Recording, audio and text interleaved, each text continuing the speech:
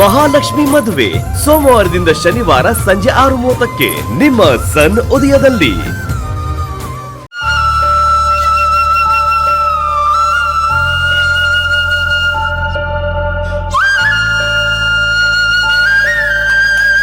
ಅಮ್ಮ ಪರಿ, ಅಪ್ಪ, ನಮ್ ದೇವಿನ ಈಗಾಗ್ಲೇ ಸರೋಜಾ ದೇವಿ ನೋಡಿದ್ದಾರೆ.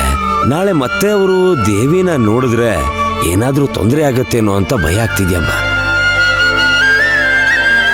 ಯೋಚಿಸ್ಬೇಡಿಪ್ಪ, ಲೋಕದಲ್ಲಿ 7 ಮಂದಿ ಒಂದೇ ತರ ಇರ್ತಾರೆ ಅಂತ ಹೇಳ್ತಾರೆ. ಅದೇ ತರ ದೇವಿಗೆ ಒಂದು ಹೊಸ ರೂಪ ಕೊಟ್ಟು ಸರೋಜಾ ದೇವಿಯವ್ರ ಮುಂದೆ ನಿಲ್ಲಿಸ್ತೀನಿಪ್ಪ. ನನ್ಗೇನೋ ಇದು ಆಗೋ ಕೆಲ್ಸ ಅಲ್ಲ ಅಂತ ಅನಿಸ್ತಿದ್ಯಮ್ಮ. ಇದೊಂದ್ ಪ್ರಯತ್ನ ಅಪ್ಪ. ದೇವಿ ಕುತ್ತಿಗೆಗೆ ಅಭಿ ಅವರು ತಾಳಿ ಕಟ್ಟೋವರೆಗೂ ಅಷ್ಟೇ.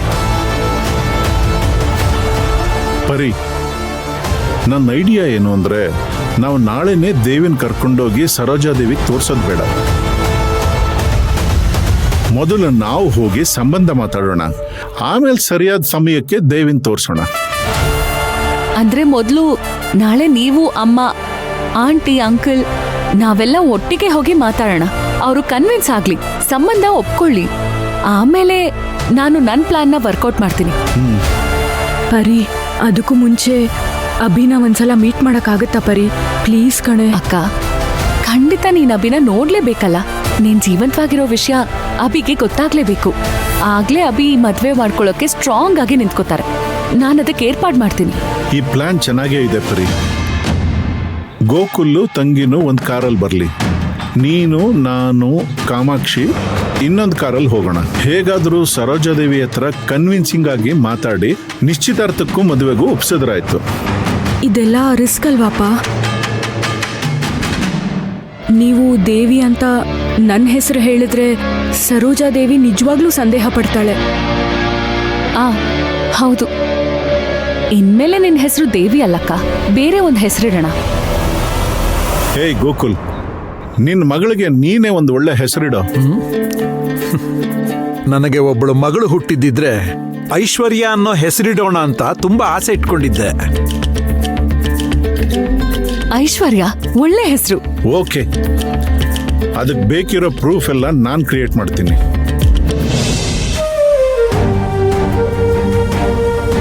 ಏನ್ ಸರ್ ಸೈಲೆಂಟ್ ಆಗೇ ಇದ್ದೀರಾ? ಏನೇ ಇದ್ರು ಹೇಳಿ. ಇಲ್ಲ ಸರ್, 1 ವಾರದೊಳಗೆ ದೇವಿಗೆ ಮದ್ವೆ ಮಾಡಿಸ್ತೀನಿ ಅಂತ ಪರಿ ಫೋನ್ ಮಾಡಿ ನಮ್ಮನ್ನ ಇಲ್ಲಿ ಕರೆಸ್ಕೊಂಡ್ಲು. ಅದರ ಬಗ್ಗೆನೇ ನೀವೆಲ್ಲ ಮಾತಾಡ್ತೀರಾ ಅಂತ ನಾವ್ ಇಲ್ಲಿಗೆ ಬಂದ್ವಿ. ಆದ್ರೆ ಇಲ್ಲಿಗೆ ಬಂದು ನೀವು ಮಾತಾಡ್ತಿರೋದು ನೋಡಿದ್ರೆ ನನಗೆ ತಲೆ ಸುತ್ತಾ ಇದೆ, ತುಂಬಾ ಹೆದರಿಕೆ ಆಗ್ತಾ ಇದೆ.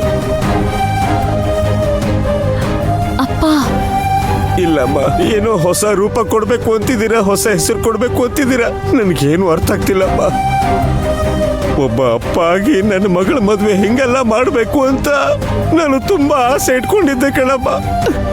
ಅಪ್ಪ, ಎಲ್ಲ ಒಳ್ಳೇದಕ್ಕೆ ಅಲ್ವಾಪ್ಪ. ಈ ತರ ಹೆಸರು ಬದಲಾಯಿಸ್ಕೊಂಡ್ರೇನೆ ಅಭಿನ ಮದ್ವೆ ಆಗೋಕ್ಕಾಗದಲ್ವಾ? ನಿಮ್ಗೆ ಸರೋಜಾದೇವಿ ಬಗ್ಗೆ ಏನೂ ಗೊತ್ತಿಲ್ಲ ಅಪ್ಪ. ಪರಿ ಹೇಳ್ತಿರೋದು ಸರಿ ಇದೆ ಅಪ್ಪ. ನೀವ್ ಹೇಳೋದೆಲ್ಲ ಸರಿ, ಆದ್ರೆ ನನ್ನ ಮನ್ಸಿಗೆ ಅದನ್ನ ಒಪ್ಕೊಳ್ಳೋದು ಸ್ವಲ್ಪ ಕಷ್ಟ ಆಗ್ತಿದೆ. ಒಬ್ಬ ಅಪ್ಪ ಆಗಿ ನನ್ನ ಮಕ್ಕಳಿಗೆ ಮದ್ವೆ ಮಾಡ್ಸಕ್ಕಾಗ್ತಿಲ್ವಲ್ಲ. ಅಯ್ಯೋ ದೇವ್ರೆ. ಅಪ್ಪ,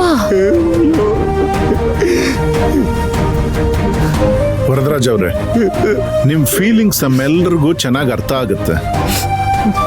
ಯಾವತ್ತಿದ್ರೂ ದೇವಿನೂ ಪರಿನೂ ನಿಮ್ಮ ಮಕ್ಕಳೇ.